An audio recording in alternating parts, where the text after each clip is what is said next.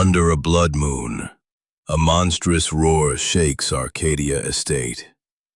Has the mythical Erymanthian boar returned to slaughter? Hercule Poirot steps into a web of greed, ancient curses, and hidden traitors. Who unleashed this beast?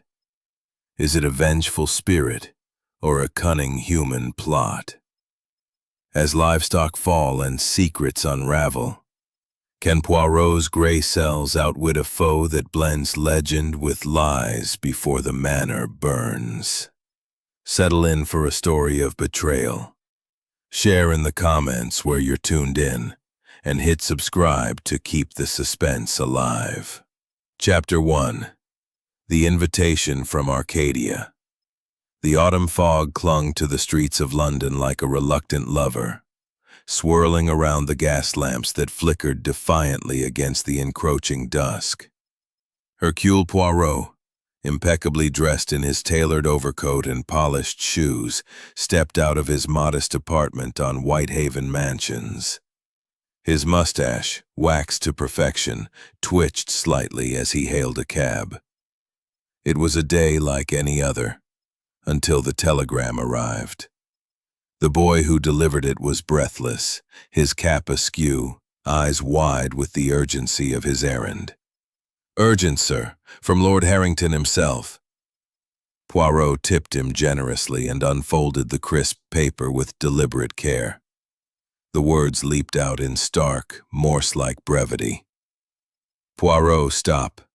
Beast stalks Arcadia estate, stop. Livestock slaughtered by ferocious boar, stop. Aid imperative, stop. Harrington. Arcadia estate." Poirot's mind raced back to a distant garden party in the Cotswolds, where Lord Harrington, a bluff aristocrat with a penchant for rare antiquities, had regaled him with tales of his sprawling lands in rural Wiltshire. A boar. Not the mundane sort that rooted in English hedgerows, surely. No. This smelled of something extraordinary. A puzzle wrapped in myth and menace. Poirot's little gray cells, those tireless engines of deduction, stirred from their recent repose. "Mon Dieu," he murmured. "A ferocious foe indeed." By midday, Poirot was aboard the train to gored clean through. Folks say it's the ghost of some old myth, risen from the barrows on the hill. Poirot leaned forward, his eyes sharp. "And you, Jenkins? What do you believe?" The man gripped the wheel tighter. "I've seen the tracks, sir. Hooves like daggers, but they vanish into mist. And the roar, it chills the blood." He glanced in the rearview mirror, as if expecting pursuit. "Lord Harrington's called off the hunts. Says it's no ordinary beast." Harrington Manor loomed at the end of a gravel drive, a Gothic pile of stone and ivy bathed in the crimson glow of a blood moon rising early against the twilight sky. The air hummed with an unnatural stillness, broken only by the distant lowing of uneasy cattle. Lord Harrington himself awaited on the steps, his once robust frame now gaunt, his tweed jacket hanging loosely. "Poirot, old chap, you're a sight for sore eyes." He clasped the detective's hand with desperate fervor. "Come inside quickly. The night brings complications." The drawing room was a sanctuary of polished oak and flickering firelight, adorned with artifacts from Harrington's travels, Egyptian scarabs, Roman coins, and, most intriguingly, a Hellenistic vase depicting Hercules wrestling a colossal boar. Poirot's gaze lingered on it as a maid served his requested tisane, a herbal blend of chamomile and mint, steaming in a delicate china cup. "Tell me everything, mon ami," Poirot urged, settling into a plush armchair. "From the beginning." Harrington paced before the hearth, his pipe unlit in his hand. "It began with the dig, Poirot. Last summer, We unearthed a burial mound on the estate. Bronze Age, the experts said. Among the bones and pottery there was this. He gestured to a locked cabinet, from which he produced a small obsidian amulet, etched with a boar's snarling head. Dr. Voss, our archaeologist, called it a talisman of Erymanthus. Greek myth, you know. The boar Hercules hunted. Voss got excited, muttered about invoking the unshaken. He approached the window, peering into the gathering darkness, with a blood moon cast eerie shadows on the treetops. Fascinating, he said softly. A boar that strikes with precision, yet leaves no trail.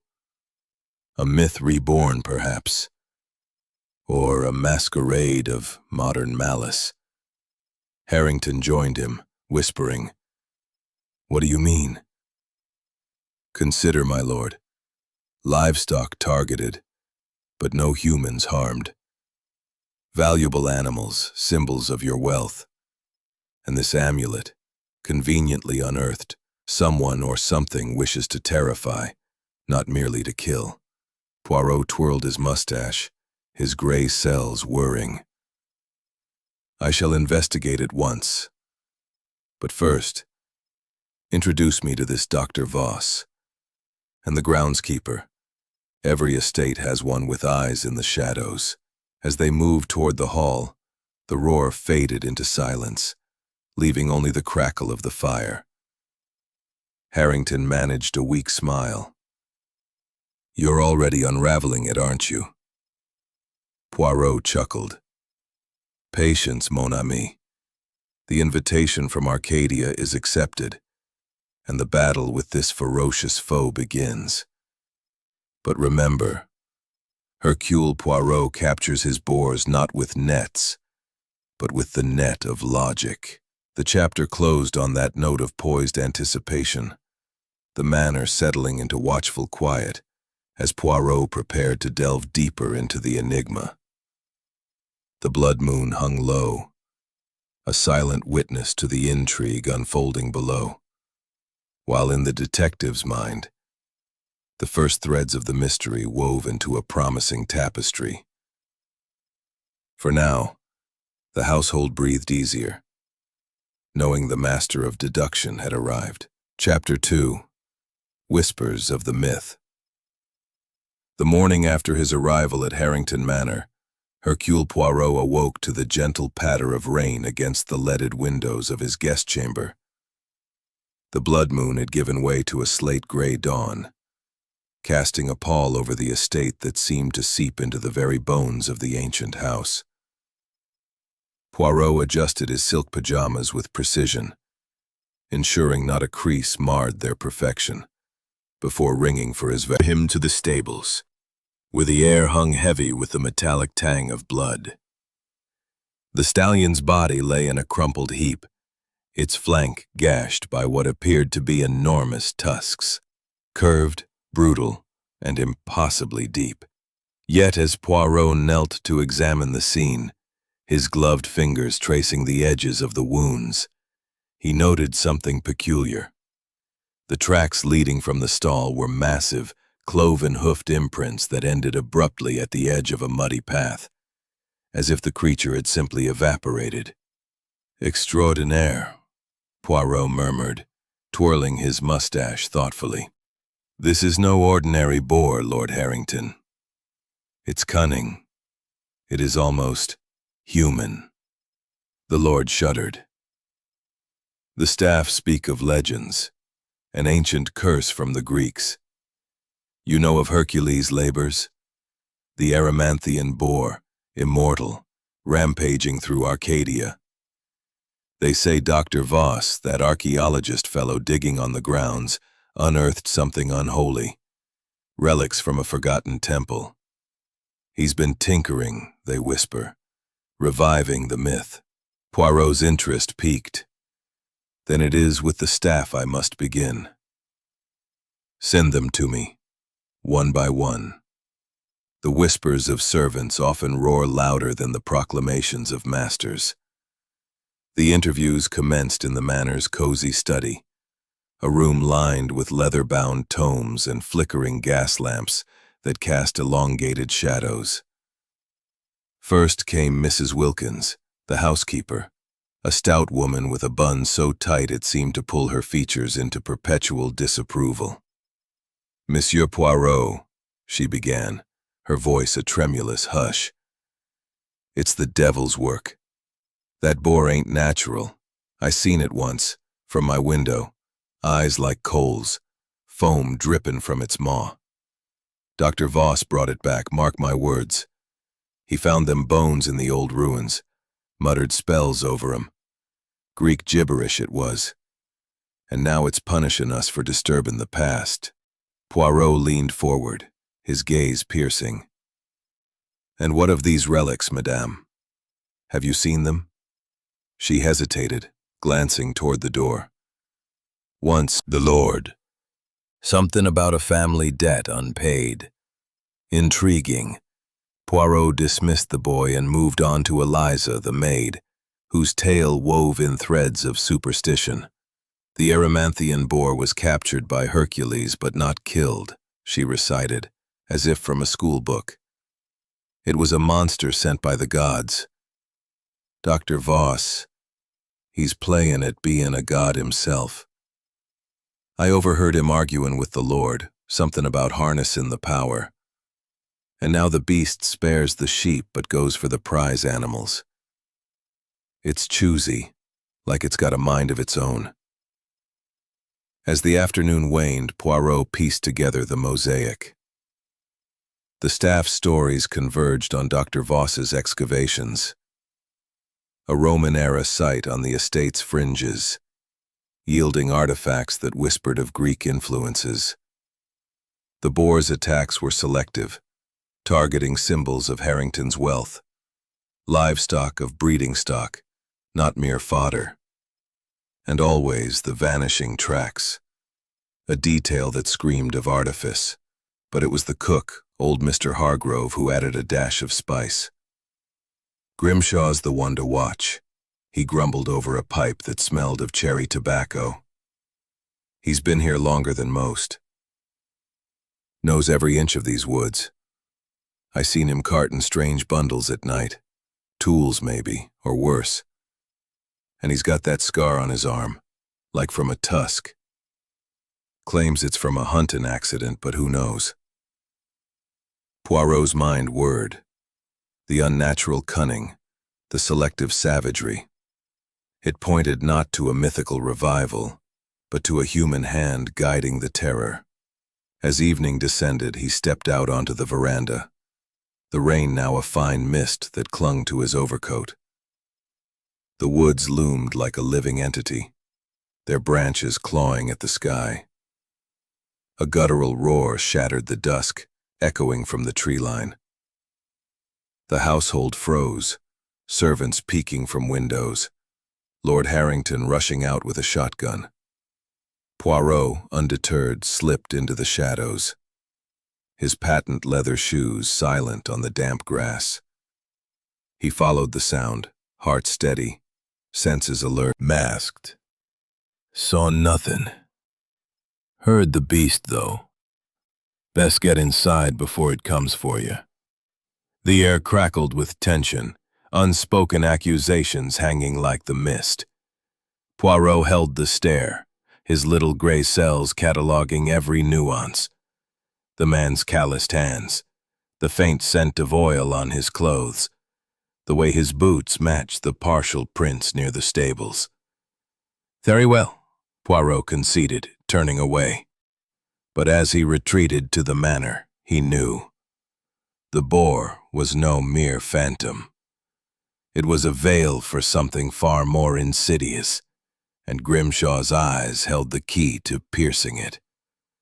The night deepened, whispers of myth swirling with the wind, but Poirot's resolve hardened. The hunt had truly begun. Chapter 3. The Suspects Assemble. The grand hall of Harrington Manor loomed like a relic from a bygone era, its oak-paneled walls adorned with stern portraits of ancestors who seemed to judge the living with unblinking eyes. Crystal chandeliers dangled overhead, casting fractured light across the long mahogany table, set for a dinner that promised more tension than sustenance. Hercule Poirot, impeccably dressed in his tailored evening suit, stood at the head of the room, his waxed mustache twitching with anticipation. He had orchestrated this gathering, not for mere hospitality, but as a stage for revelation, a theater where alibis would fray like old silk. "Mes amis," Poirot began, his voice a melodic blend of authority and charm. "We are assembled not to feast, but to confront the shadow that stalks this estate. The boar, this phantom of fury, has claimed yet another victim. But Hercule Poirot does not believe in ghosts without motive. Sit, please, and let us begin." The suspects filed in with varying degrees of reluctance. First came Lady Harrington, the widow of the late lord, her silver hair pinned in an elegant chignon that belied the tremor in her gloved hands. She wore a gown of midnight blue, its lace collar high and severe, as if to shield her from the prying world. Beside her strode Reginald Harrington, got us all jumping at shadows. He boomed, his voice echoing off the walls like a shotgun blast. They took their seats, the butler, a stoic man named Jenkins, serving the first course, a delicate consommé that steamed invitingly but went largely untouched. Poirot remained standing, his hands clasped behind his back, pacing slowly like a conductor before an orchestra. "Lady Harrington," he said, turning to the hostess with a courteous bow, "you were in the drawing-room last night when the stallion met its gruesome end. Yet the stables are but a stone's throw away. Did you hear nothing unusual?" The lady's spoon clattered against her bowl. "Nothing but the wind, Monsieur Poirot. I was reading by the fire, lost in my thoughts. The estate has been so unsettled since my husband's passing." Her voice wavered, but her eyes held steady. Too steady, perhaps. Poirot nodded sympathetically. "And you, Monsieur Reginald? Your room overlooks the woods. A man of your vigor surely keeps a vigilant watch." Reginald smirked, though it didn't reach his eyes. "Vigilant? Hardly. I was reviewing estate accounts, tedious work but necessary. Uncle's will left things in a tangle. If you'd seen the ledgers, you'd understand why I didn't stir." "Ah, the ledgers," Poirot mused, his eyes gleaming. "But tell me, why does a man reviewing papers wear boots caked in mud the next morning?" "Jenkins here noticed them by your door." Reginald's face flushed. "The late walk, that's all. To clear my head. The air helps with the numbers." The detective pivoted to Dr. Voss. "And you, Doctor? Your excavations border the attack site. Surely an expert in ancient beasts would recognize the signs of this Erymanthian revival." Voss adjusted his spectacles, his fingers twitching. "Revival? Poppycock. Myths are metaphors, not monsters. I was in my tent cataloging artifacts. A Roman coin, actually. Fascinating patina. No time for midnight strolls." Poirot leaned forward. "Yet your journal mentions a stolen amulet inheritance, hinting at forged documents to hasten his claim." Voss revealed a professional rivalry with a colleague who coveted the site's relics, and Blackwood grumbled about poachers encroaching on his hunting grounds, perhaps using the boar myth as cover. As the main course arrived, roast pheasant with a rich port sauce, the conversation turned heated. "This amulet," Poirot pressed Voss. "Describe it." "Gold, inscribed with Greek runes, capable, some say, of summoning the labors of Hercules himself." Voss hesitated. It's hypothetical. A trinket, really. But if stolen, it could be dangerous in the wrong hands. Reginald snorted. Dangerous? Like the way you've been digging up curses, Doctor.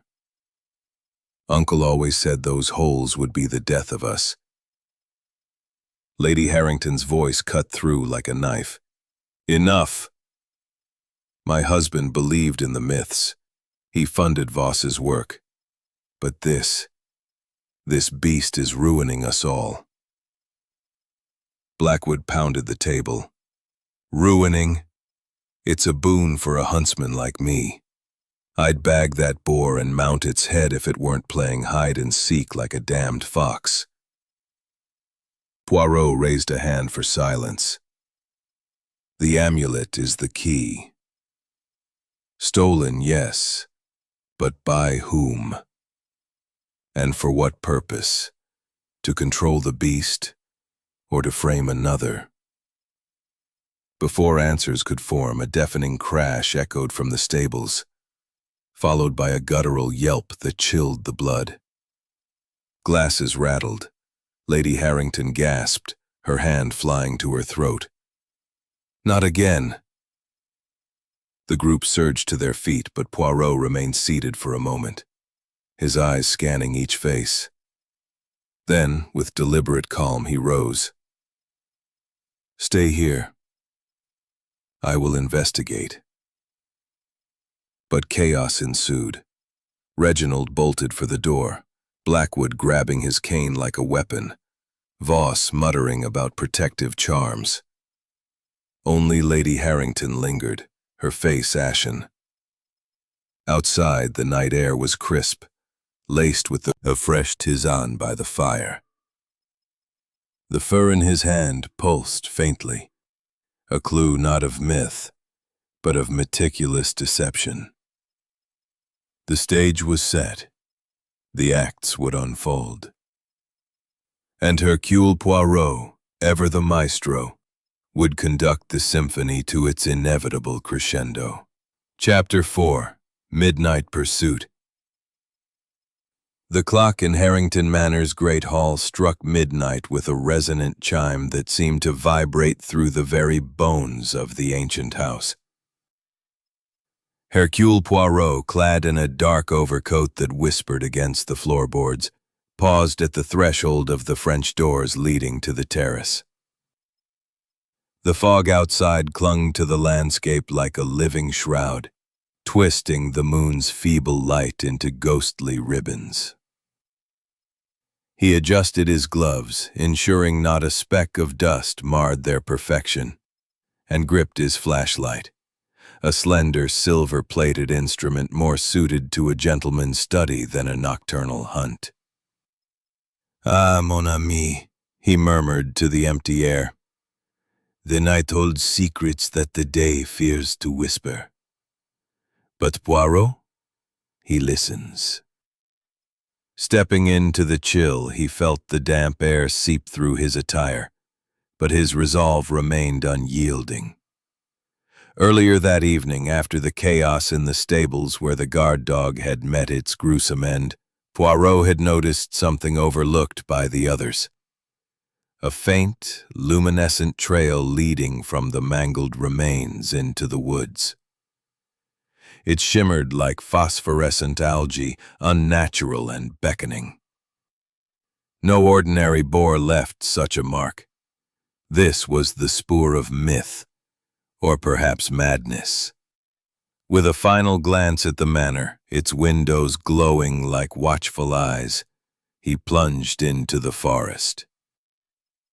The trees loomed like ancient sentinels, their branches clawing at the sky. Poirot moved with surprising grace, his steps deliberate and silent on the carpet of fallen leaves.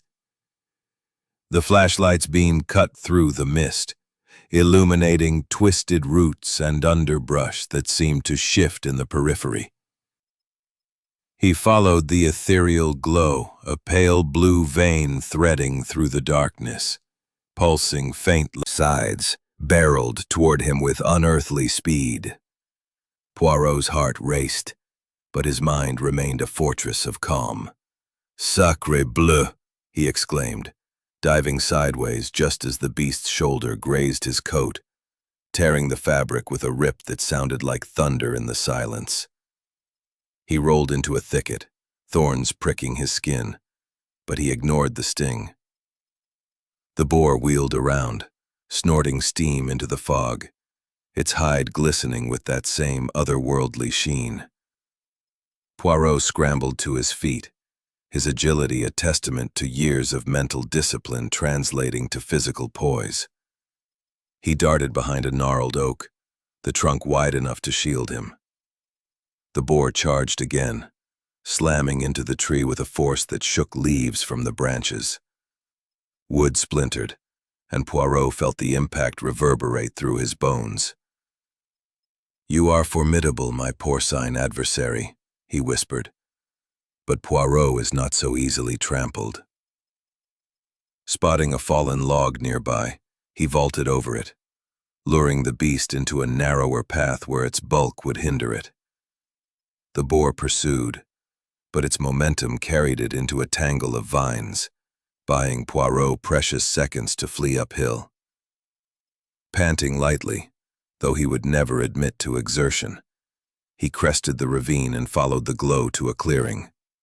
There, hidden behind a curtain of ivy, stood a structure that defied the rustic surroundings. A stone shrine, weathered by centuries, its facade carved with intricate reliefs of charging boars and heroic figures locked in combat. The air hummed with energy, a low-frequency pulse that made Poirot's skin tingle. The glow emanated from within, casting flickering shadows that danced like flames without heat. Cautiously he approached, pushing aside the ivy to reveal an arched entrance. Inside the shrine was a chamber of wonders, or horrors. Altars lined the walls, strewn with artifacts. Shattered pottery shards etched with Greek script, rusted tools that looked like surgical instruments, and vials of iridescent liquids bubbling softly. In the center, a pedestal held a crystal orb, swirling. He turned a page. A faint click echoed in the chamber. Poirot froze. A hidden mechanism. The journal's spine concealed a trigger, and now the pedestal trembled. Cracks spiderwebbed across the floor and the walls groaned as if awakening from slumber. "Mon Dieu, a trap!" he cried, pocketing the journal just as the ground buckled. The shrine, it seemed, was built over a cavern, and the floor gave way in a cascade of stone and earth. Poirot leaped toward the entrance, but debris rained down, blocking the arch. He spun, spotting a narrow fissure in the far wall where the glow still pulsed. With no time to hesitate, he squeezed through, the rock scraping his sides as the chamber collapsed behind him. The fissure led to a subterranean tunnel, damp and echoing with the roar of falling rubble. He ran, flashlight flickering back to life, illuminating stalactites that dripped like fangs. The air grew thicker, laced with a metallic scent. Blood. At the tunnel's end, he emerged into a smaller grotto, where a pool of shimmering liquid glowed under bioluminescent fungi. Dipping a finger, he realized it was no water but a viscous fluid, iridescent and warm. "The boar's essence," he whispered, recalling Voss's notes on synthetic blood infused with relic powers. Quickly he uncorked a small vial from his pocket, always prepared, Poirot, and filled it with the substance. It swirled like liquid starlight. A clue that could unravel the beast's secrets in a laboratory. But the cavern wasn't done with him. A tremor shook the grotto and cracks widened in the ceiling. "Enough of this subterranean drama," Poirot declared, spotting a faint light above, a natural vent to the surface. He climbed, using jagged rocks as footholds, his muscles straining but his determination ironclad. Stones tumbled past him, one glancing off his shoulder, but he pressed on. With a final heave, he pulled himself into the open air, rolling onto the forest floor as the vent sealed behind him in a puff of dust. The fog found mangled in the stables. Poirot's sharp eyes darted from face to face, noting the pallor of Lady Harrington, the fidgeting hands of her nephew Reginald, and the forced bravado of Captain Blackwood as he recounted his futile patrols. "Mon Dieu," Poirot murmured, twirling his mustache. "The boar does not strike at random. There is purpose here, a pattern that eludes the careless observer." He sipped his tisane, the herbal notes sharpening his focus. The room fell silent as he rose, his diminutive frame commanding attention. "We must examine the alibis, mes amis. The truth hides behind the masks you wear, Reginald." His face flushed, protested first. "I was in my quarters all night. Uncle's old journals kept me up. Family history, you know." His voice wavered, and Poirot's gaze pinned him like a butterfly to a board. "Indeed, Monsieur Reginald? Then why, pray, did I observe a figure in a cloak, remarkably like your own, slipping through the rose garden at precisely 2 in the morning?" Poirot's tone was velvet over steel, and Reginald's fork clattered to his plate. I couldn't sleep, needed air," Reginald stammered, but his eyes darted to Lady Harrington, who clutched her pearls with a trembling hand. Poirot turned to her. "And you, madame? You retired early, claiming fatigue, yet the maid swears she heard your voice in the east wing, near the stables, moments before the dog's demise." Lady Harrington's lips parted, but no sound came. Her eyes, wide with indignation, flickered toward Dr. Voss, who sat rigidly, his fork poised mid-air. "I was checking on the horses," she said at last, her voice brittle. "They're all we have left of Edward's legacy." "A curious hour for such devotion," Poirot remarked, his smile faint but cutting. He produced the tuft of enchanted fur, its faint shimmer catching the light. "This was found near the stables. It is no ordinary beast we face, but one guided by human intent. Who among you knows its secrets?" The room erupted in denials, but Poirot's attention. Harrington clutched her chest. Reginald paled, and Dr. Voss's knuckles whitened around his napkin. Captain Blackwood, however, stood abruptly, his chair scraping. "This is madness. You're accusing one of us?" "Not accusing, Captain. Observing," Poirot corrected, his gaze sweeping the room. "The poison was meant for me, yet it reveals much about the poisoner. Only one who fears exposure would act so boldly." At that moment, a distant trumpet call echoed from the grounds, sharp and urgent. Captain Blackwood's head snapped toward the window. "My men, another sighting," he barked, striding toward the door. Poirot raised a hand. "Un moment, Captain. You will not evade the net so easily. Your hunts have yielded nothing but noise, yet the boar strikes again. Perhaps your enthusiasm masks a deeper game." Blackwood froze, his jaw tight. But before he could retort, a commotion at the door announced the arrival of Captain Hastings, his coat dusted with morning dew. "Poirot, old chap," Hastings panted, his face flushed from haste.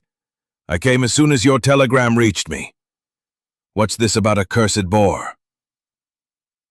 Poirot's eyes twinkled with affection.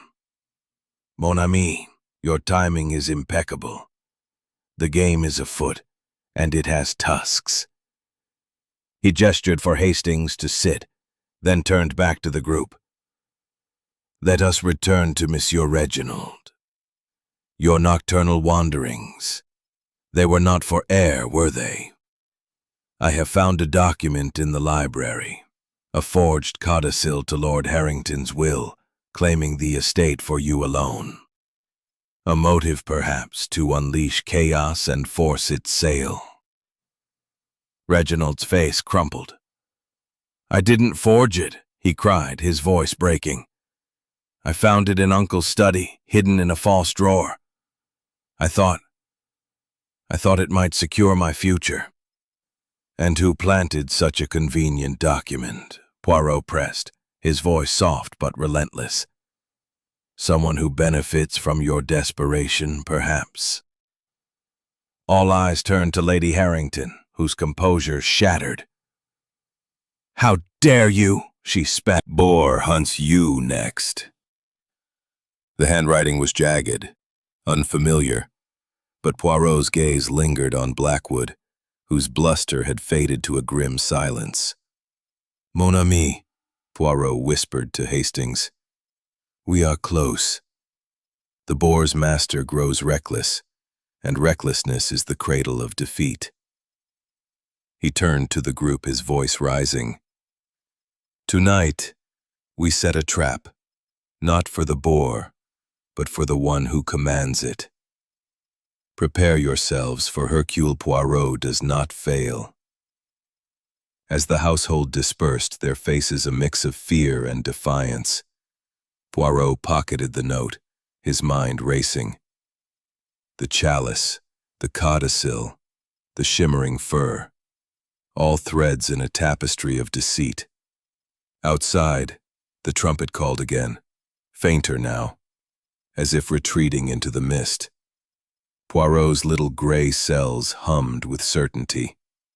The truth was near, and the boar's next move would be its last. With Hastings at his side, he stepped into the corridor, the weight of the mystery lifting like dawn over the hills. The endgame loomed, and Poirot was ready. Chapter 6. Echoes of Hercules. The air in Harrington Manor hung thick with unease, the kind that clings to the skin like damp wool. Hercule Poirot, his mustache impeccably trimmed despite the hour, stood in the library, a single candle casting long shadows across shelves heavy with forgotten tomes. The events of the previous night, the discovery of the shimmering vial of boar blood, the pulsating shrine in the forest, had set his little gray cells ablaze. Now, with dawn creeping through the leaded windows, he faced Dr. Voss, the enigmatic archaeologist whose nervous tics betrayed a man teetering on the edge of confession. "Dr. Voss," Poirot began, his voice smooth as polished marble, "you have danced around the truth long enough. This boar, this bête monstrueuse, is no mere legend, is it? You have stirred something ancient, something you cannot control." Voss, his gaunt face pale, Hercules' time, imbued with power to summon the beast. "I found it during the excavation, but I didn't expect. It responded. It chose to protect the treasure." Poirot's mustache twitched. "Chose? No. Something or someone guides this creature. And you, Dr. Voss, will help me find them." The archaeologist's protests were cut short by a sharp rap at the door. Captain Hastings, ever the loyal companion, entered, his face flushed from a sleepless night. Poirot the staffer in a panic. Claw marks, fresh ones, on the manor's east wall. "Whatever it is, it's circling us." Poirot's eyes gleamed. "Bon. The beast grows bold, and boldness betrays intent. Dr. Voss, you will accompany us. We shall excavate this horn and confront your folly." The trio descended to the manor's undercroft, a cavernous maze of damp stone and cobwebs. Voss led them to a sealed iron door, its surface etched with the same spirals from his notebook. With a crowbar from Hastings and a muttered prayer from Voss, they pried it open, revealing a tunnel that smelled of earth and something sharper. Ozone, like the air before a storm. As they ventured deeper, the walls shimmered with veins of quartz, catching their lantern light in eerie fractals. Poirot's polished shoes clicked against the stone, a metronome to his racing thoughts. "This place," he murmured, "it is no mere cellar. It is a shrine to something older than the manor itself." Voss nodded, his voice trembling. "The Greeks built here, long before the Romans. This was a sacred site, a vault for their relics. I found texts suggesting the horn was hidden to keep it from unworthy hands." "And you deemed yourself worthy?" Poirot asked, his tone cutting. Before Voss could answer, a low rumble shook the tunnel. Dust rained from the ceiling, and Hastings gripped his revolver. "Poirot, that's no earthquake." "No," Poirot agreed, his voice steady. "It is our boar, come to guard its prize." The rumble grew into a roar, and from the shadows charged a beast of nightmare, massive, its free. It rolled toward Voss, who scrambled to catch it, only to scream as the moss around it released a cloud of shimmering spores. The archaeologist collapsed, eyes wide, babbling incoherently. "The collector, he paid me, wanted the manor. The beast was his leash." Poirot's mind raced. A collector? A puppeteer behind the myth? He had no time to ponder, for the boar was upon them. "Hastings, the lantern!" he cried. Hastings hurled the lantern at the beast, its glass shattering and oil igniting. The flames did little to harm the creature, but the light revealed a glint of metal beneath its hide. A construct, not a creature. Poirot seized the moment, darting to the pedestal and smashing a hidden mechanism with his cane. The spores ceased, and the boar faltered, its glow dimming. "Voss, awake!" Poirot barked, slapping the archaeologist's face. "You will tell me everything." Voss, shaking off the spore's effects, gasped. "The collector, he's foreign, ruthless. He wants the manor's land, its secrets. I summoned the boar to scare the Harringtons, but it grew beyond my control." Poirot bound Voss's wrists with his own handkerchief, his expression grim. "You have played with forces you did not understand, and now others pay the price. Hastings helped me carry him." We returned to the manor. As they emerged into the dawn, the manor's walls bore fresh scars, claw marks that seemed to pulse with fading energy. Poirot clutched the golden horn, its weight heavy with secrets. The boar was no longer just a myth. It was a weapon, and its master was still out there. But for now, the tunnel was silent, the beast's roars reduced to echoes. "Monsieur Poirot," Hastings said, panting. "That was extraordinary. But what now?" Poirot's eyes twinkled with resolve. "Now, mon ami, we hunt the hunter. This collector will find that Hercule Poirot is no mere pawn in his game of myths." The sun rose over Harrington Manor, casting golden light on the trio as they trudged back, Voss in tow, the horn secure. The mystery had deepened. Spectacle begins. Blackwood turned, his ruddy face split by a grin that didn't reach his eyes. "Poirot, old chap, ready to bag this beast? My lads and I'll have that boar's head on a spike by noon."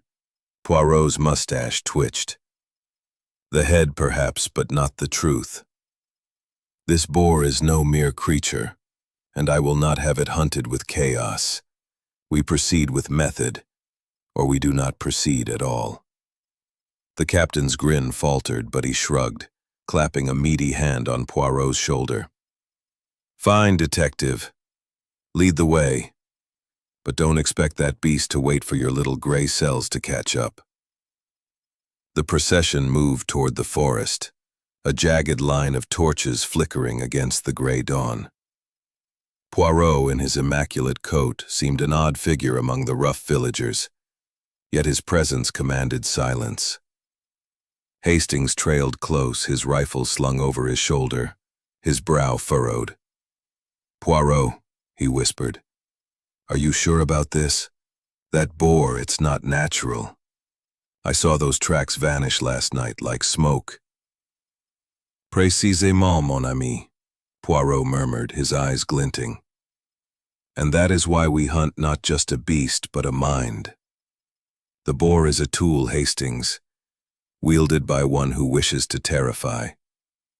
But fear is a clumsy weapon, and I, Hercule Poirot, am not so easily frightened." The forest swallowed them, its gnarled oaks and brambles forming a labyrinth of shadows. The hounds' howls grew frantic, their noses low to the ground, leading the group to a ravine where the earth was churned and streaked with blood. A fresh kill, perhaps a deer, its carcass shredded. The villagers gasped, some crossing themselves, others muttering about curses. Blackwood raised a hand, silencing them.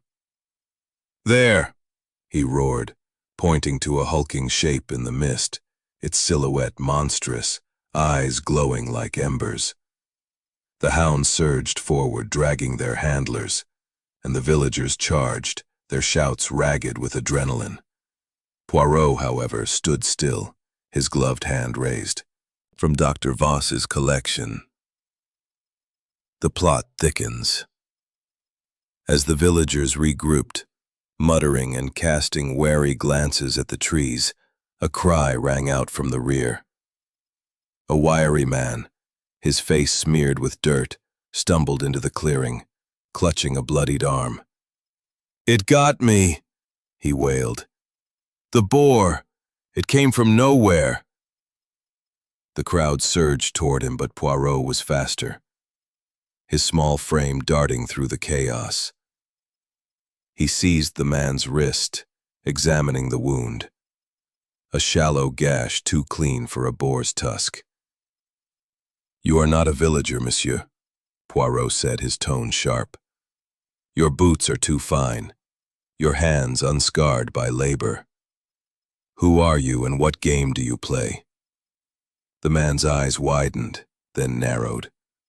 "Name's Tanner," he spat. "I'm a trapper, that's all. Came to help with the hunt."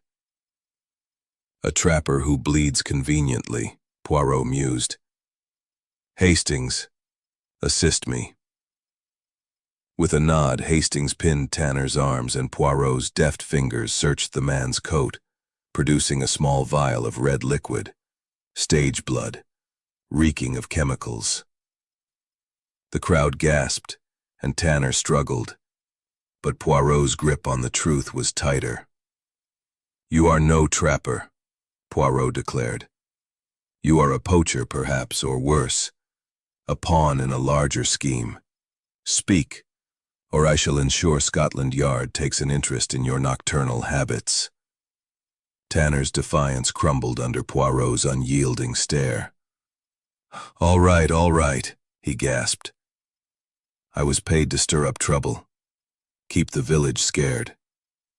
The boar's not real, it's a machine, a rigged-up contraption.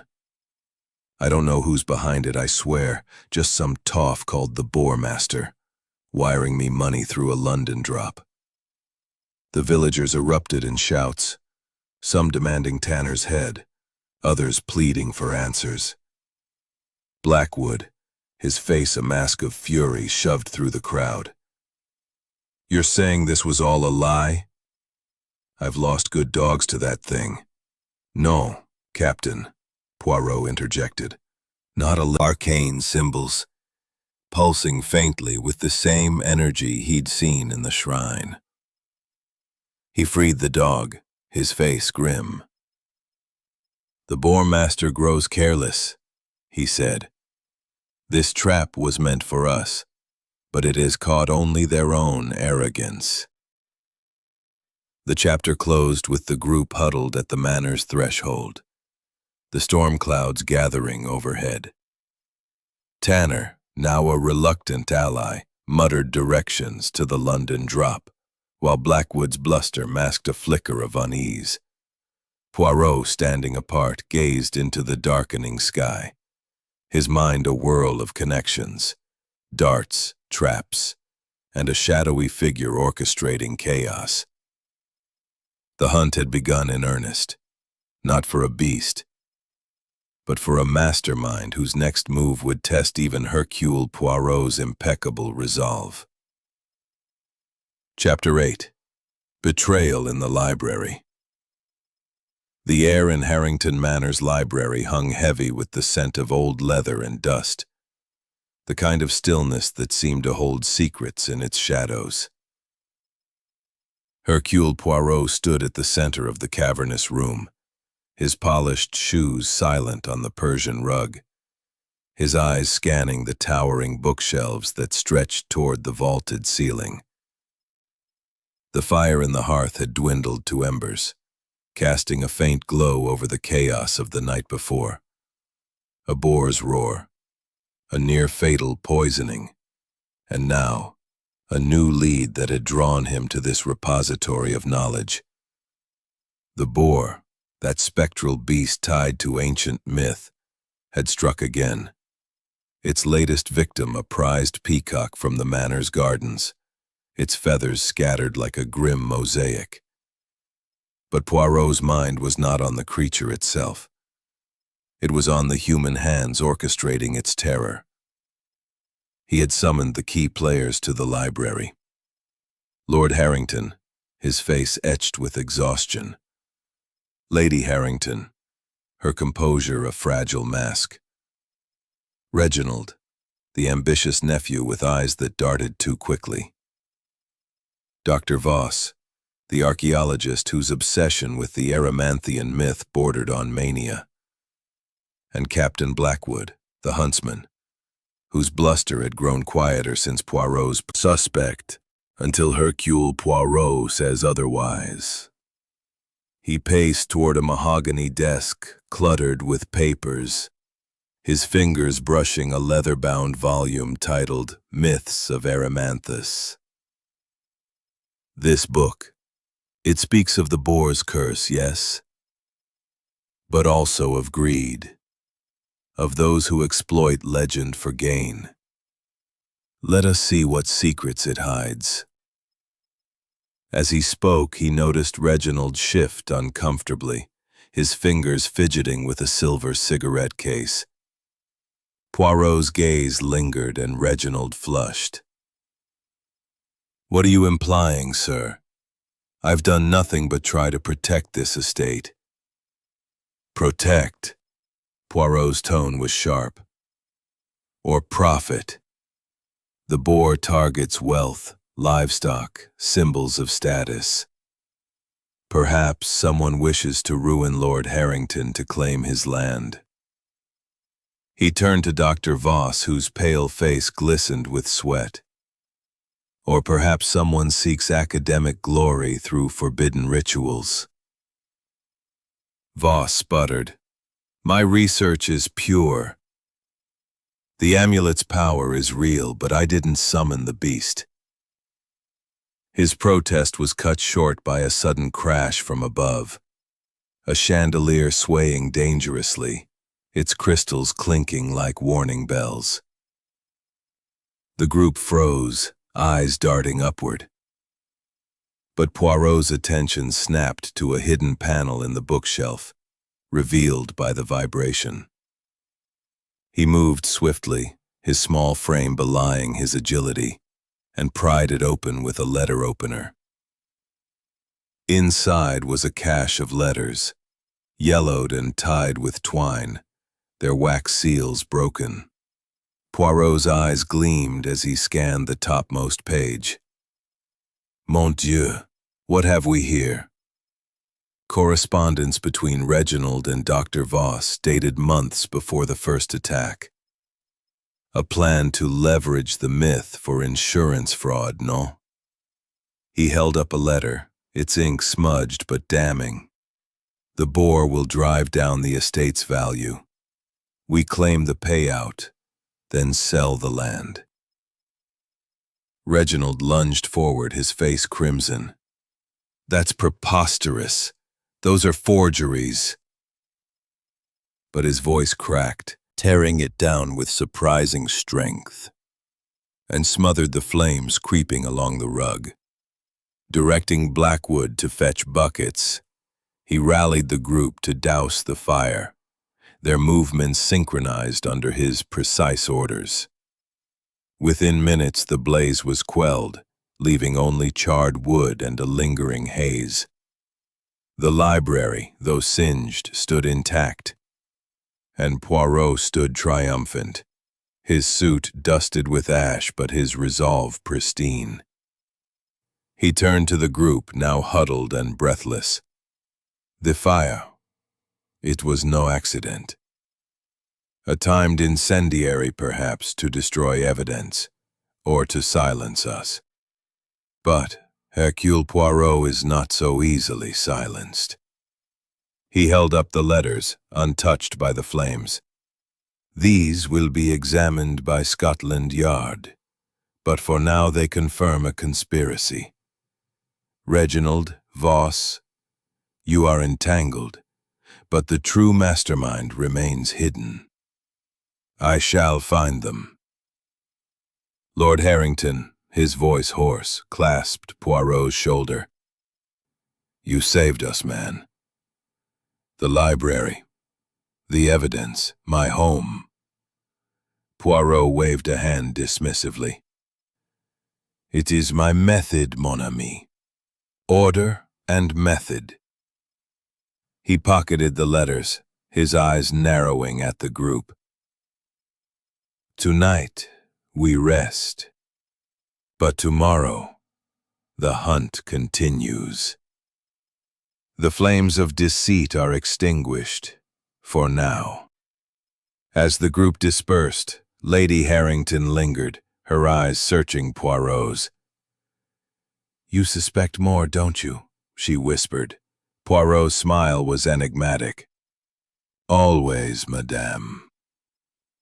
The boar is a puppet, and I shall cut its strings. He bowed slightly, leaving her in the smoky library as he stepped into the stormy night, his mind already weaving the next thread of the mystery. The chapter closed with the manor settling into uneasy calm.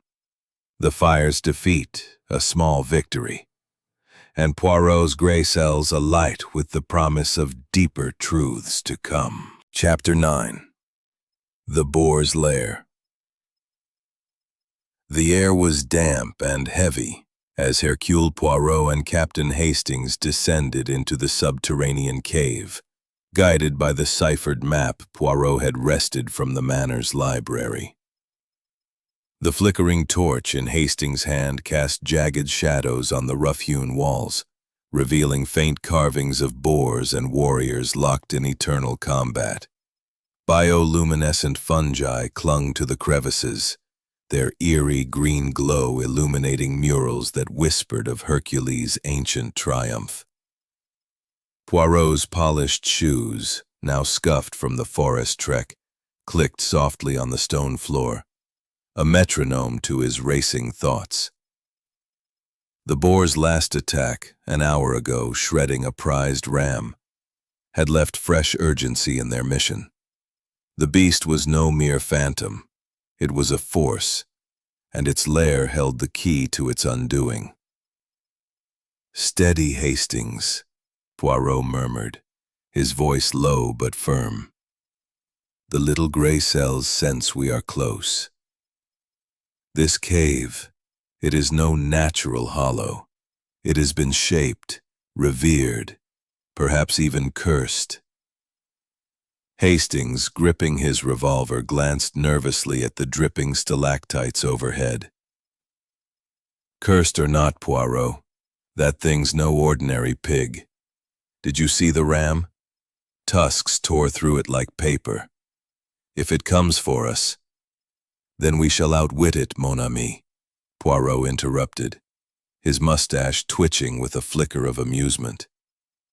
Brute force is no match for intellect. Now, observe. These murals. They tell a story. The detective paused before a vivid frieze. Hercules wrestling a monstrous boar, its tusks gleaming like crescent moons. Below, an altar was depicted, adorned with a spiral symbol that matched the one on the stolen amulet from Chapter 3. Poirot's gloved finger traced the spiral, his mind whirring. This is no mere decoration. It is a guide, a warning. The altar is near, and with it the source of our beast's power. They pressed deeper, the air growing colder. The fungi's glow intensifying until the tunnel opened. Charged, its hooves sparking against the floor.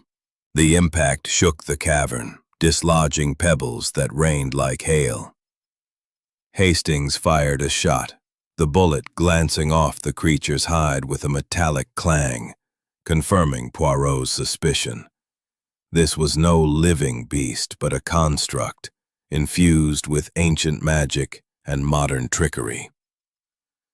Mon Dieu, it is magnificent, Poirot exclaimed, his voice a mix of awe and calculation. But even a myth can be undone. Hastings, the decoy, now! Hastings hurled a bundle, a cloth-wrapped artifact Poirot had prepared from the manor's relics, smeared with the scent of the ram's blood. The boar wheeled, its nostrils flaring, and charged the decoy, smashing it against the wall in a shower of sparks. Poirot seized the moment, darting to the altar. His fingers flew over the runes, deciphering their pattern. A sequence. A lock, he muttered. The spiral is the key. But the boar was no fool. It spun, its eyes locking onto Poirot with chilling intelligence. It charged again, faster this time, its tusks aimed at his heart. Poirot rolled aside, his agility defying his compact frame, and the boar's tusks gouged the altar, cracking the obsidian orb. A pulse of energy erupted, shaking the cavern, and the boar staggered, its form flickering like a faulty lantern. "Poirot, it's weakening!"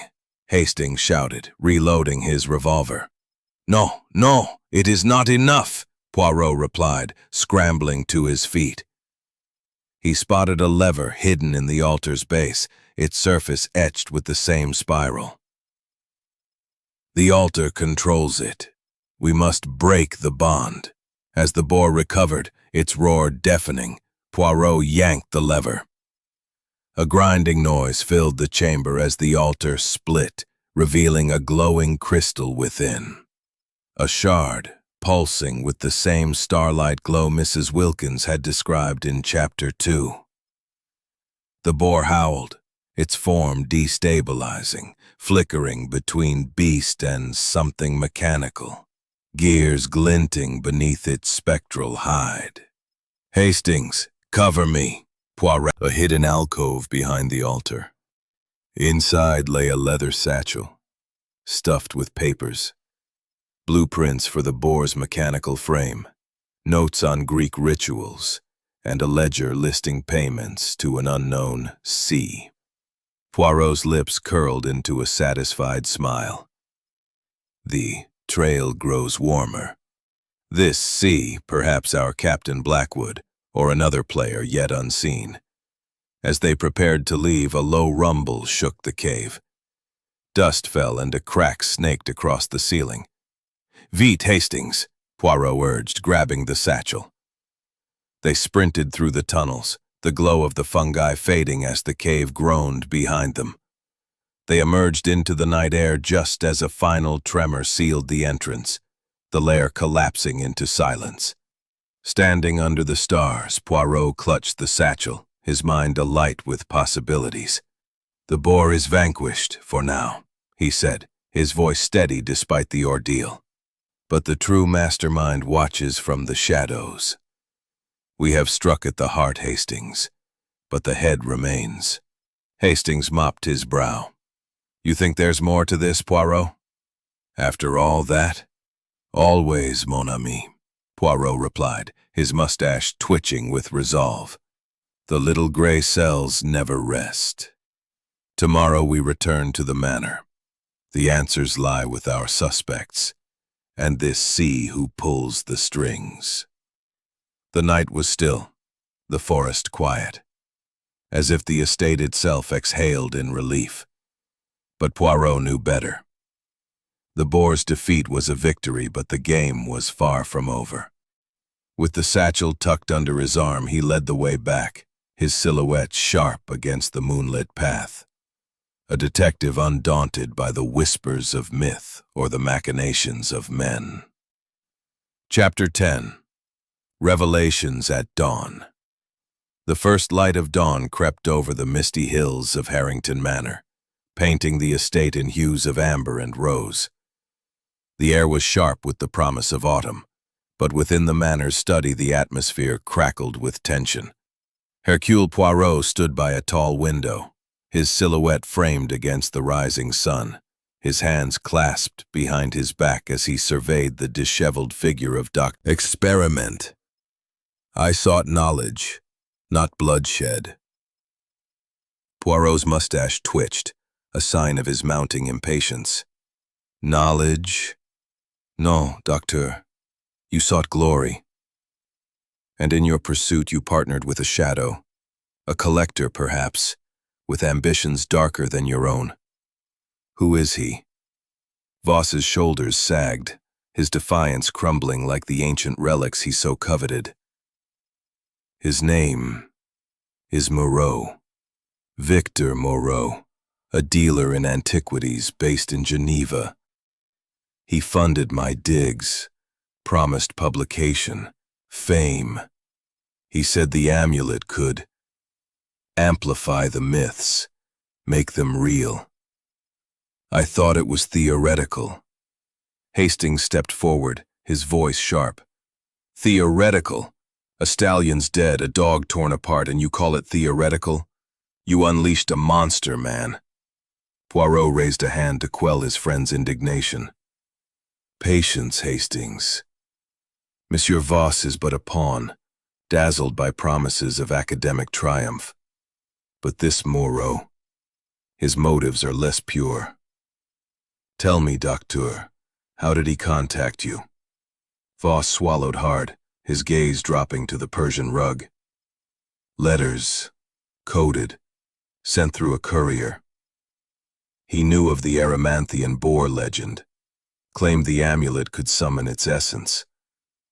I found it buried in a sealed urn, gold etched with runes, pulsing with something unnatural.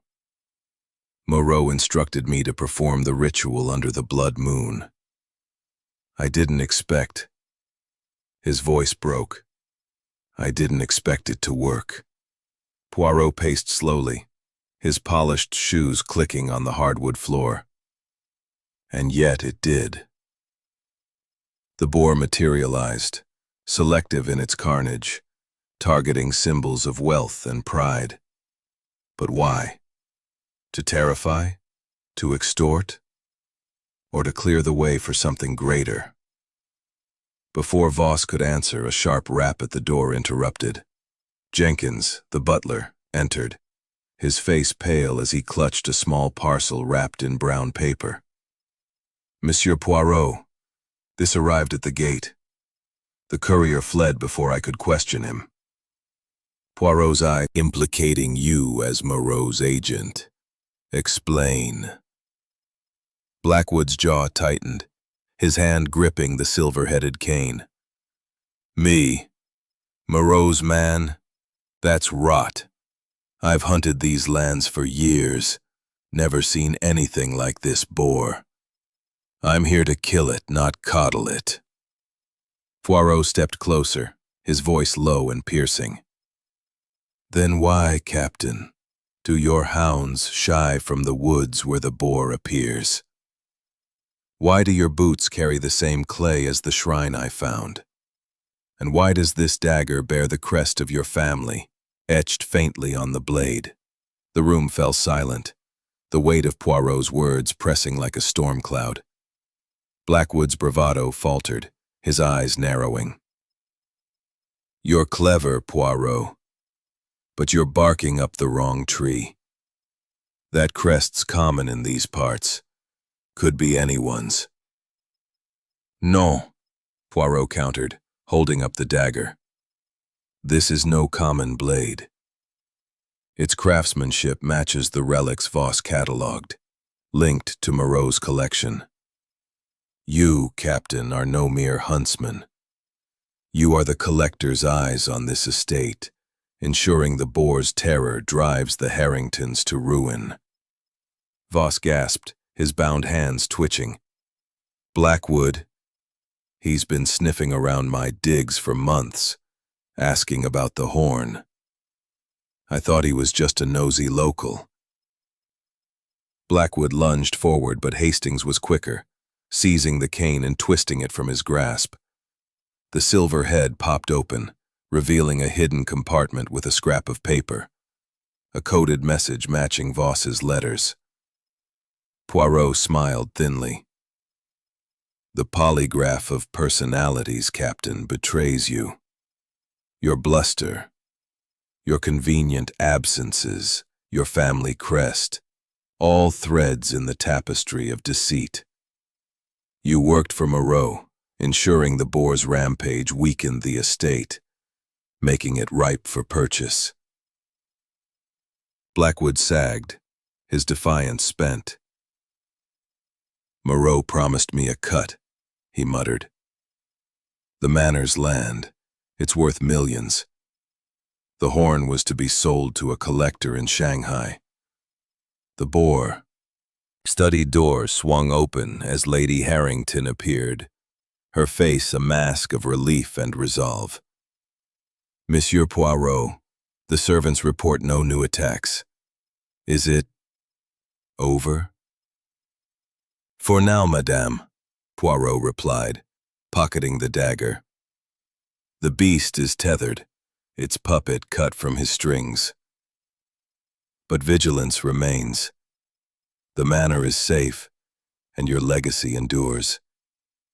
As Blackwood was led away in irons by the arriving constables, the manor exhaled, its walls no longer trembling with dread.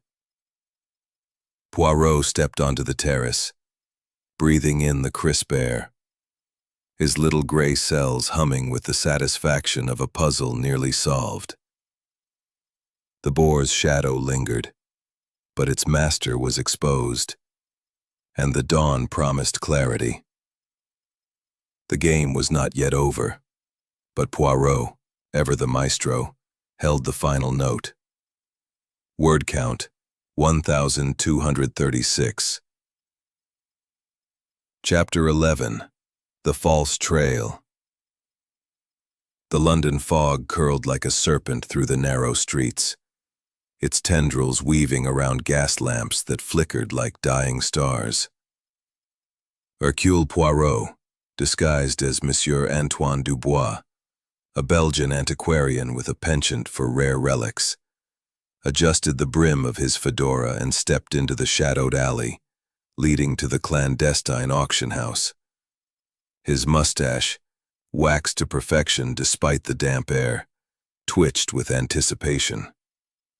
The events at Harrington Manor had pointed him here, to a black market auction where a cursed idol, rumored to be tied to the Erymanthian boar's myth, was the prize of the night. The threads of this mystery, he murmured, his accent deliberately thickened for his role. They converge in the heart of London's underbelly. Poirot shall pluck them apart. The auction house, a nondescript warehouse tucked behind a derelict pub, hummed with illicit energy. Inside, the air was thick with cigar smoke and the murmur of shady bidders. Art dealers with nervous tics, collectors with eyes like hawks, and mercenaries whose scars told stories of their own. Poirot slipped into a velvet groundskeeper, who slipped it into his coat. The detective's pulse quickened. A conspiracy within a conspiracy, he mused. He raised his bid again, pushing the price to a reckless 25,000, enough to unsettle the room. The groundskeeper's scar twitched, and he whispered urgently to a cloaked figure beside him. Poirot's gamble paid off. The pair rose and exited through a side door, clearly rattled. "The bait is taken," he said under his breath, pocketing his paddle and following discreetly. The alley behind the warehouse was a labyrinth of crates and rusted pipes, the fog swallowing sound and sight. Poirot moved like a phantom, his polished shoes silent on the cobblestones. He caught the groundskeeper's silhouette ducking into a side street, the cloaked figure trailing. Voices drifted back, sharp and conspiratorial. "He's on to us," the groundskeeper hissed. "That Belgian's no antiquarian. It's Poirot." The cloaked figure cursed softly. "Then we end it tonight. The idol's power must stay ours." Poirot's heart thumped, but his mind was a steel trap. He ducked behind a stack of barrels as the pair doubled back, their footsteps quickening. A glint of steel caught his eye. A dagger in the groundskeeper's hand, its hilt carved with boar motifs. Poirot tutted silently. Such crude methods for such an elegant game. He slipped a small mirror from his pocket, angling it to track their movements without exposing himself. The cloaked figure gestured toward a nearby warehouse, its windows dark but for a faint glow within. A trap, no doubt, but Poirot was no stranger to turning ambushes to his advantage. He followed, keeping to the shadows, and entered the warehouse through a broken window. Inside, the air reeked of oil and old wood. Crates loomed like monoliths, and the glow came from a circle of candles surrounding a makeshift altar, where another boar idol, this one smaller, but pulsing with the same eerie light, sat atop a pile of papers. Face Poirot hadn't expected. Captain Blackwood, the boisterous huntsman from the manor, his jovial mask replaced by a snarl. "You meddling fool!" Blackwood roared, drawing a pistol. Poirot, undaunted, grabbed the idol and hurled it at a stack of crates, which collapsed in a deafening cascade, blocking Blackwood's shot. The groundskeeper charged, but Poirot was ready. He sidestepped, using the man's momentum to trip him into a pile of ropes. "You lack finesse, monsieur," Poirot said, kicking the dagger away. Blackwood fired wildly, the bullet ricocheting off a beam. Poirot dove behind the altar, grabbing the ledgers and stuffing them into his coat. "Scotland Yard will find these most illuminating," he called, his voice steady despite the chaos. The fog outside thickened as sirens wailed in the distance. Poirot's earlier call to an old friend at the yard had borne fruit. Blackwood cursed and fled, leaving the groundskeeper tangled and bellowing. Poirot emerged, brushing dust from his coat, and signaled the approaching officers. "Arrest this man," he instructed, pointing to the groundskeeper. "He is but a pawn, but his tongue will loosen." As the police secured the scene, Poirot examined the ledgers under a street lamp. Names, dates, and sums confirmed his suspicions. A network profiting from the boar's terror with Blackwood as a key player, but still reporting to someone higher. The idol, now cracked on the warehouse floor, had lost its glow, but its ruby eyes seemed to mock him. "You are but a piece of the puzzle," Poirot said to it, "and Poirot shall find the hand that carved you." The auction house, now swarmed by officers, was a scandal ablaze. Bidders scattered like roaches, their schemes exposed. Poirot handed the ledgers to the yard's inspector, a gruff man who tipped his hat. "You've done it again, Poirot," he said. "This'll shake the black market for years." Poirot inclined his head. "A mere skirmish, my friend. The true villain lurks still." Herb, described in an ancient text he'd deciphered from the ciphered map, was said to quell the Erymanthian boar's supernatural rage. His gloved fingers plucked a handful of leaves, their faint luminescent glow pulsing like a heartbeat. "Mon ami," Poirot said, glancing at Captain Hastings, who hovered nervously by the door. "This herb is our sword against the beast. But it is the mind behind the beast we must slay." Hastings nodded, clutching his rifle, his face pale but resolute. The morning had been a whirlwind.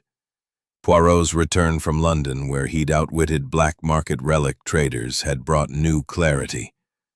The cursed idol's inscription, etched in archaic Greek, had revealed the boar's vulnerability to this rare plant, a relic of myth hidden in plain sight. Yet the latest sighting, a monstrous silhouette tearing through the manor's orchards under a blood-red dawn, had shattered any hope of calm. The household was on edge, and Poirot sensed the puppeteer's desperation. The storm was no mere weather. It was a prelude to the final act.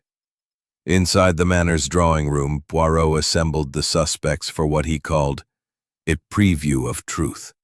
Lady Harrington sat rigidly, her eyes darting to the windows as lightning flickered. Reginald, his bravado crumbling since his confession about the forged codicil, slouched in a chair.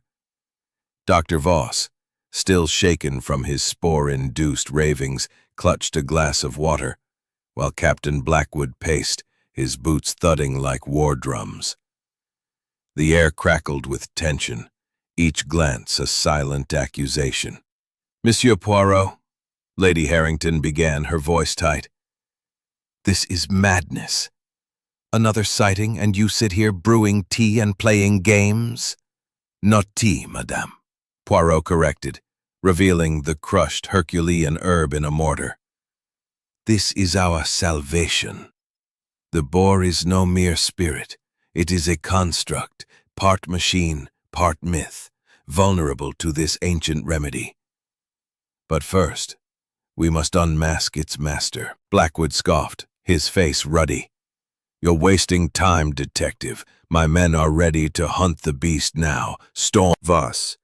But Hastings intercepted, his rifle a silent warning. Poirot's smile was cold as he produced a folded letter, pilfered from the library's hidden compartment. "This, Monsieur Voss, is correspondence between you and a certain C.B., initials that match our huntsman. A coincidence, Captain Blackwood?" Blackwood's face darkened, but before he could retort, a deafening crack split the air.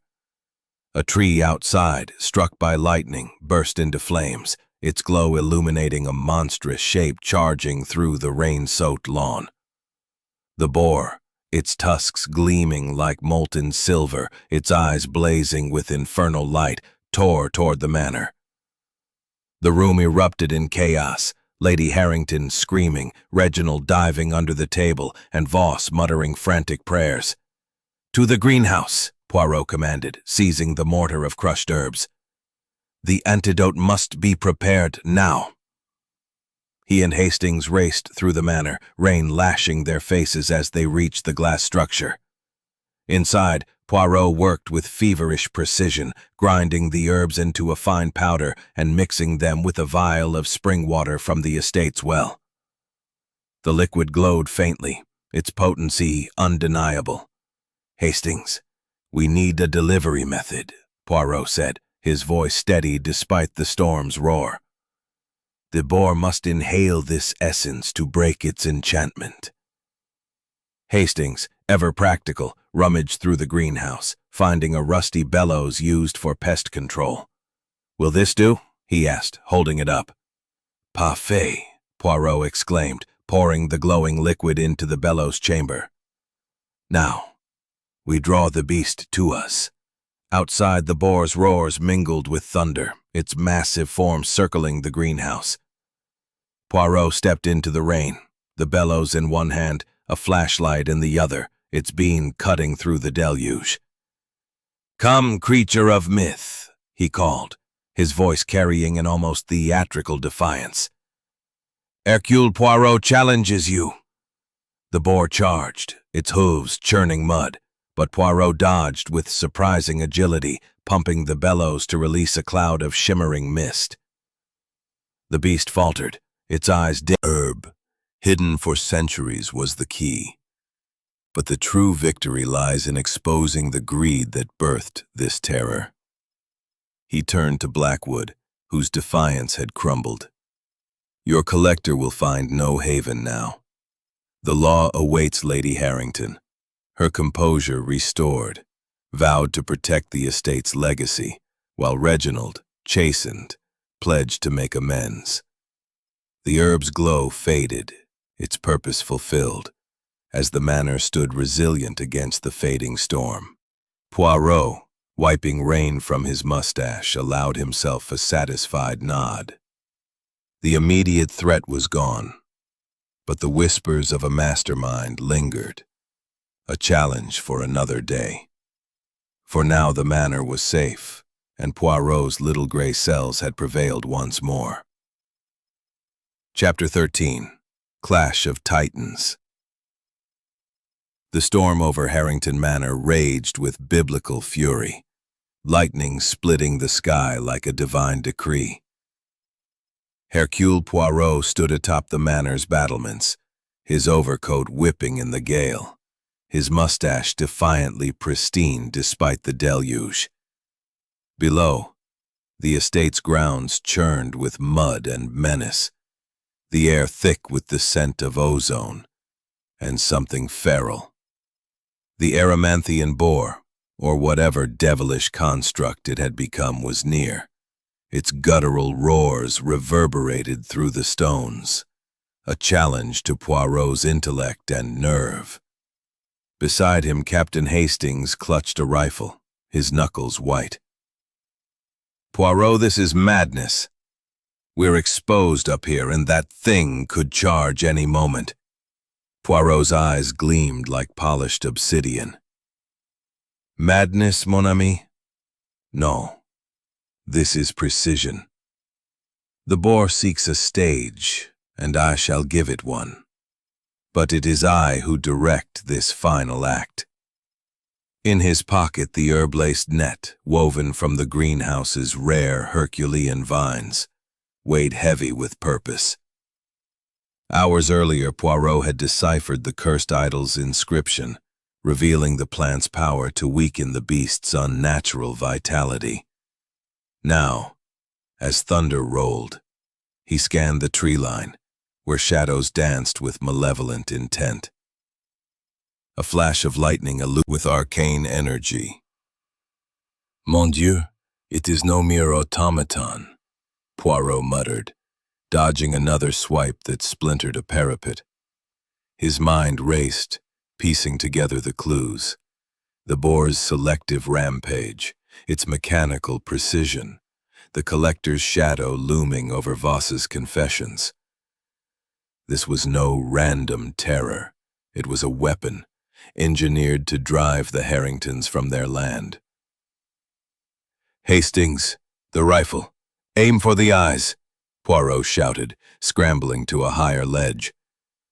Hastings fired, the shot ringing out as lightning cracked. The bullet struck the beast's left eye, shattering its glow into a shower of sparks. The boar roared, not in pain but in fury, its movements stuttering as if a circuit had shorted. Poirot seized the moment, leaping onto a crumbling merlin and tossing the net again. This time it caught, the Herculean vines wrapping around the boar's forelegs. The creature thrashed, its metallic hide screeching against the organic bonds, but the vines pulsed, sapping its strength. Poirot's lips curled in a triumphant smile. The myth meets its match, n'est-ce pas? But the boar was not done. With a surge of unnatural power, it tore free, lunging at Poirot with tusks aimed for his heart. He rolled aside, his coat catching on jagged stone, and landed hard, breath knocked from his lungs. Hastings fired again, missing, as the beast wheeled toward him, its remaining eye blazing. "Poirot!" Hastings yelled, fumbling to reload. "Hold fast, mon ami."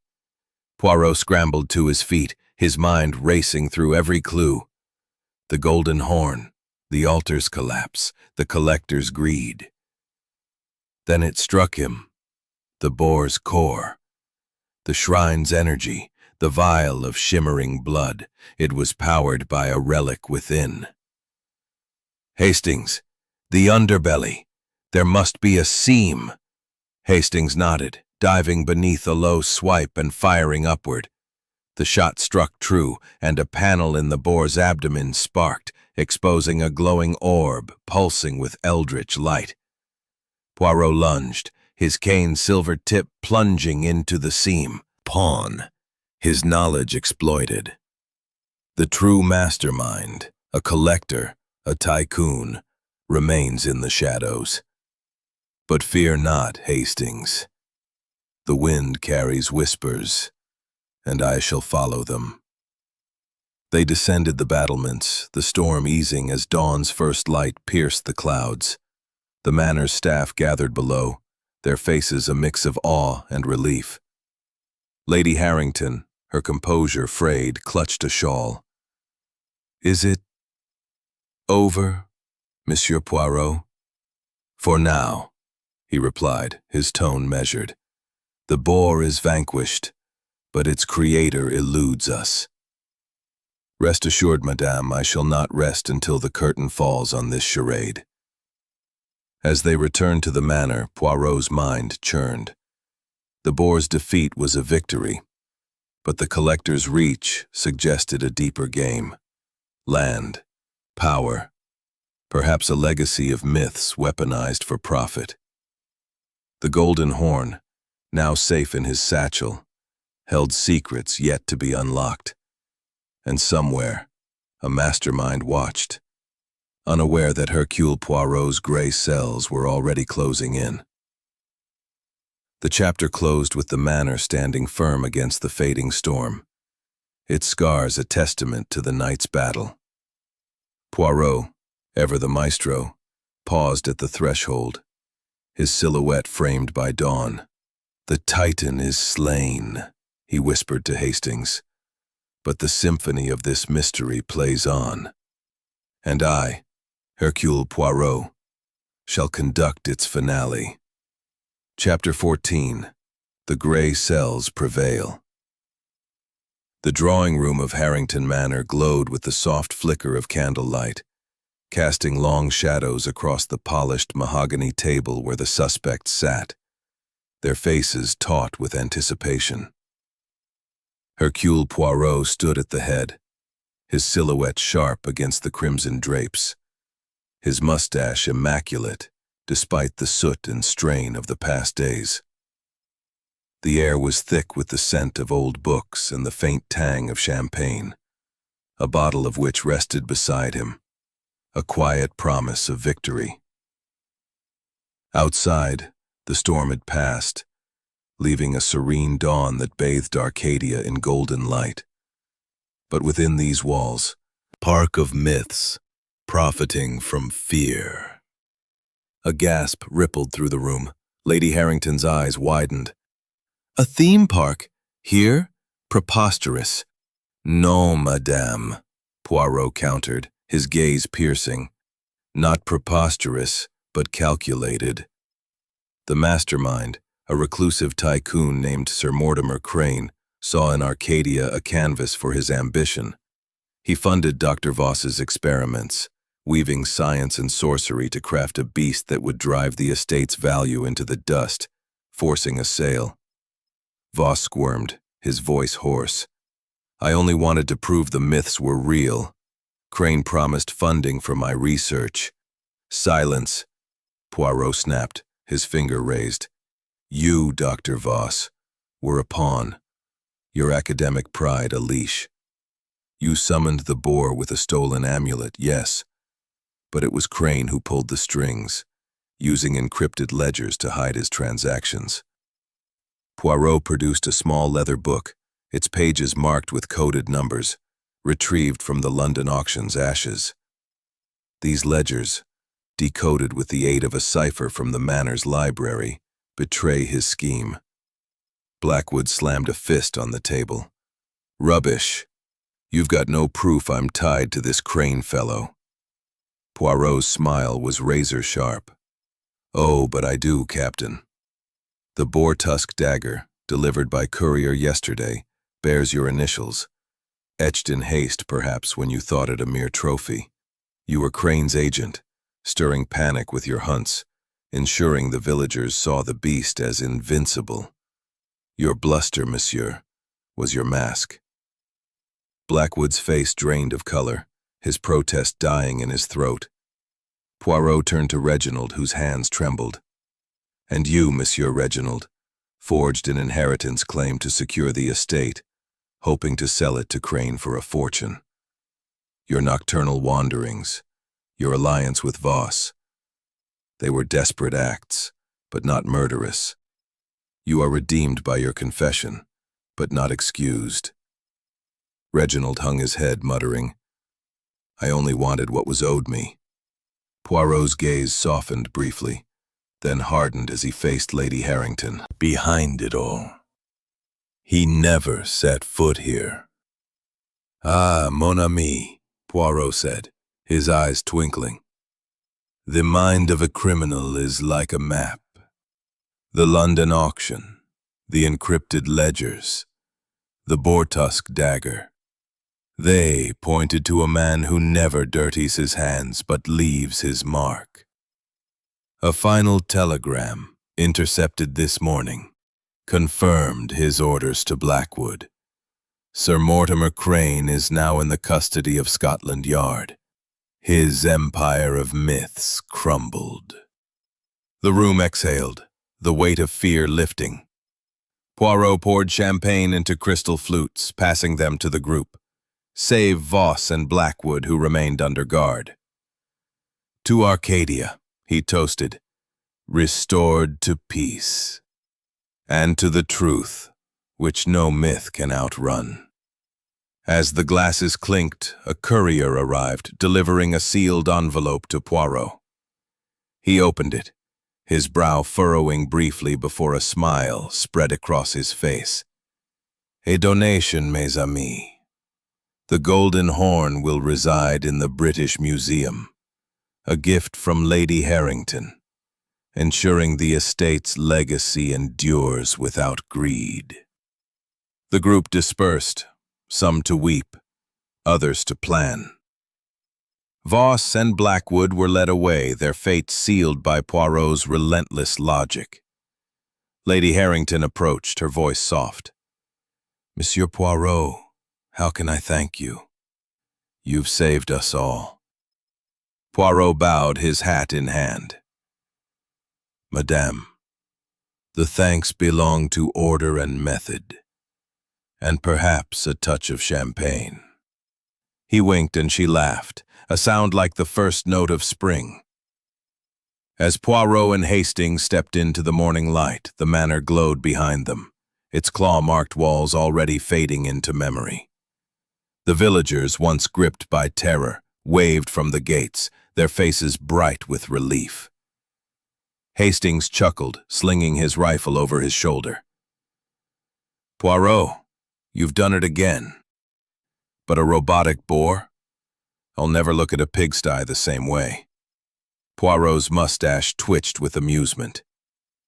Mon ami, the world is full of marvels.